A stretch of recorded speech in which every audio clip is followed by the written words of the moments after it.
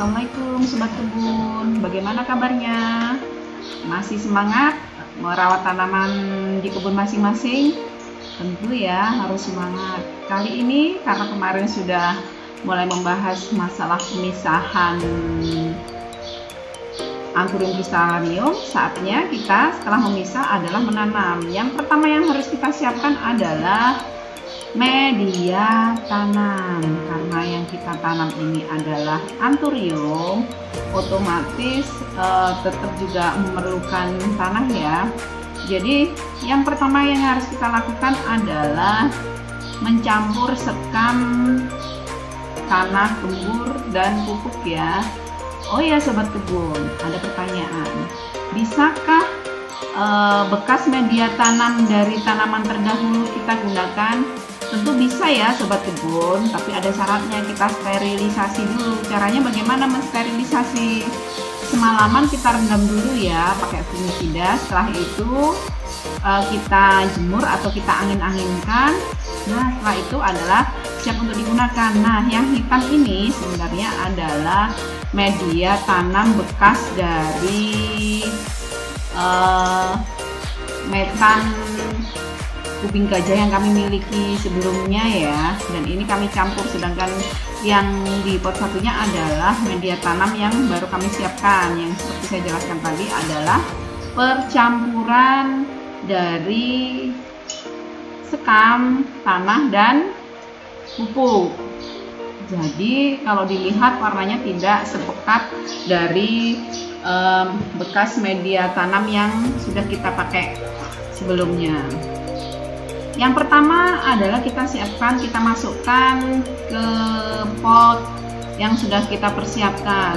Untuk mempermudah atau membuat tanaman atau pecahan dari tanaman kita tegak, jangan ragu-ragu ya untuk memberi bantuan kepada tanaman kita. Contohnya pada tanaman cristallarium atau kuping gajah ini, dia kan terlalu mekar, jadi saya ikat ya.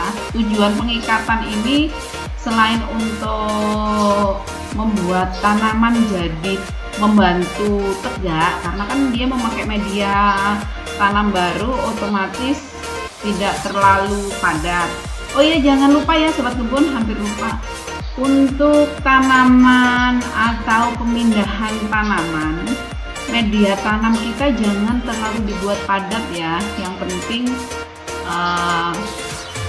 cukup bisa menahan tanaman yang baru kita pindah itu bisa berdiri tegak, dan bisa juga ya menggunakan bantuan turus atau tiang untuk membantu pembentukan postur tanaman sesuai dengan yang kita inginkan ya.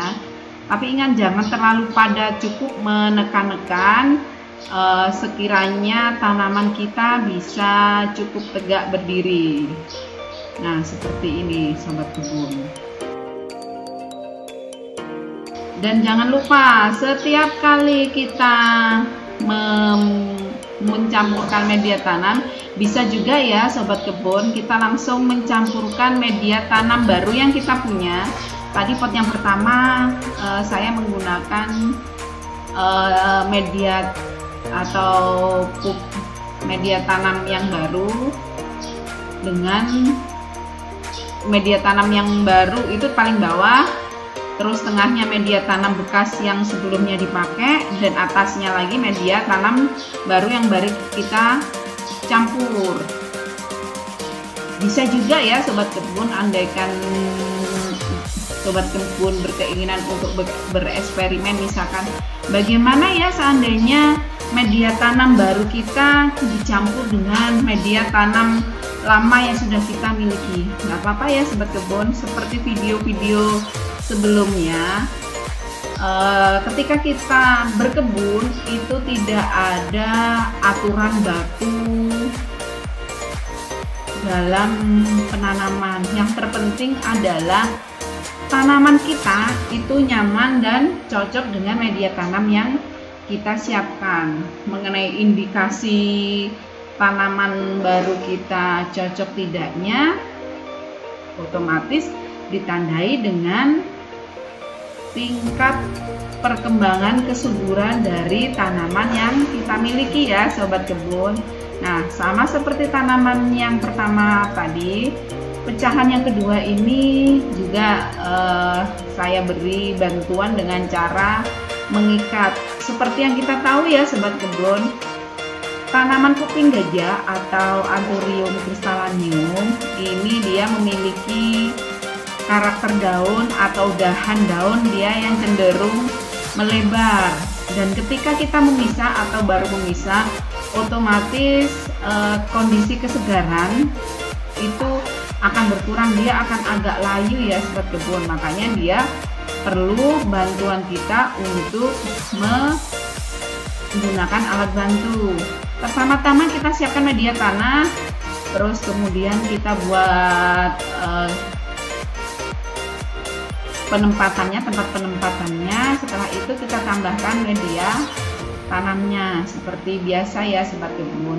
Oh ya sobat kebun, untuk tanaman yang baru kita pindahkan atau yang baru kita pecah, sebaiknya kita menggunakan multivitamin B1. Saya kira teman-teman sobat kebun pasti nggak asing ya untuk vitamin tanaman B1 ya, itu sangat bagus sekali ya untuk mencegah tingkat stres dari tanaman kita. Dan jangan lupa sobat kebun, untuk tanaman yang baru kita tanam cukup dikasih vitamin B1 secukupnya aja ya. Untuk pupuk yang kimia lainnya sebaiknya, kalau berdasarkan pengalaman saya, kita minimalisir atau sama sekali tidak kita gunakan. Ini adalah hasil pecahan dari akarnya. Jangan lupa di setiap potongan dari akarnya kita akan beri fungisida ya sobat kebun. Tujuan pemberiannya adalah untuk mencegah bakteri busuk calon dari tunas tumbuhan itu sendiri. Demikian dulu ya sobat kebun video kali ini. Sampai ketemu lagi di video selanjutnya. Wassalamualaikum warahmatullahi wabarakatuh.